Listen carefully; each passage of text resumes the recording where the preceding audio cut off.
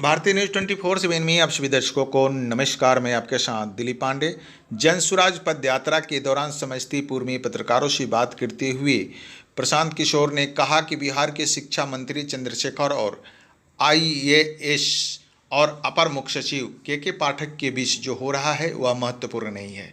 जो प्रदेश सरकार ने वर्तमान में डोमिसाइल सिस्टम में बदलाव किया है उससे यूपी, एमपी और अन्य राज्यों के लोग बिहार में आकर शिक्षक बनेंगे और बिहार के युवा दूसरे राज्यों में जाकर मजदूरी करेंगे और वह मजदूर बनकर अपनी जीवन बसर करेंगे। उक्त बातें जन स्वराज के सूत्रधार प्रशांत किशोर ने कहा।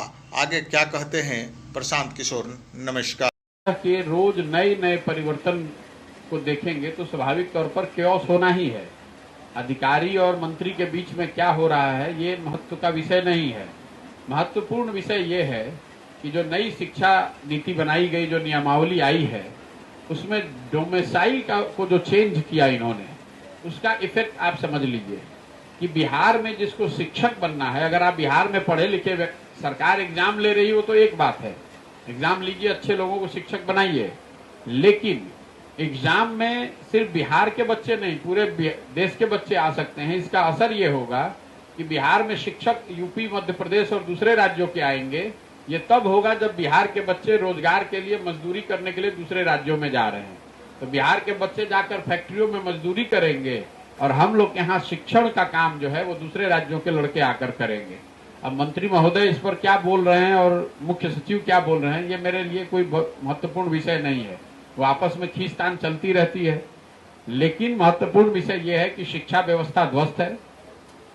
यहाँ पर जो स्थिति है पिछले 4-5 साल, 8 साल में मुझे लगता है कि सबसे ज्यादा नुकसान शिक्षा व्यवस्था की हुई है।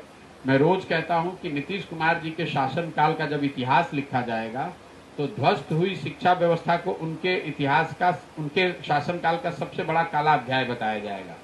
ऐसा इसलिए कि देखिए, अगर सड़क खराब है, कल अच्छी सरकार आएगी, सड़क बन जाएगी। अगर बाढ़ आ रहा है, कल बांध जल प्रबंधन की व्यवस्था हो जाए, बाढ़ आना रुक जाएगा। लेकिन एक पढ़े लिखे व्यक्ति के मुख्यमंत्री रहते हुए शिक्षा व्यवस्था के ध्वस्त हो जाने के बाद कल होकर अगर एक अच्छी व्यवस्था आ भी जाए तो भी जो 2 पीढ़ियां इस शिक्षा व्यवस्था से पढ़ के निकली, उनका जीवन अब सुधरने वाला नहीं है। उनको पूरे जिंदगी शिक्षित समाज के पीछे ही चलना पड़ेगा।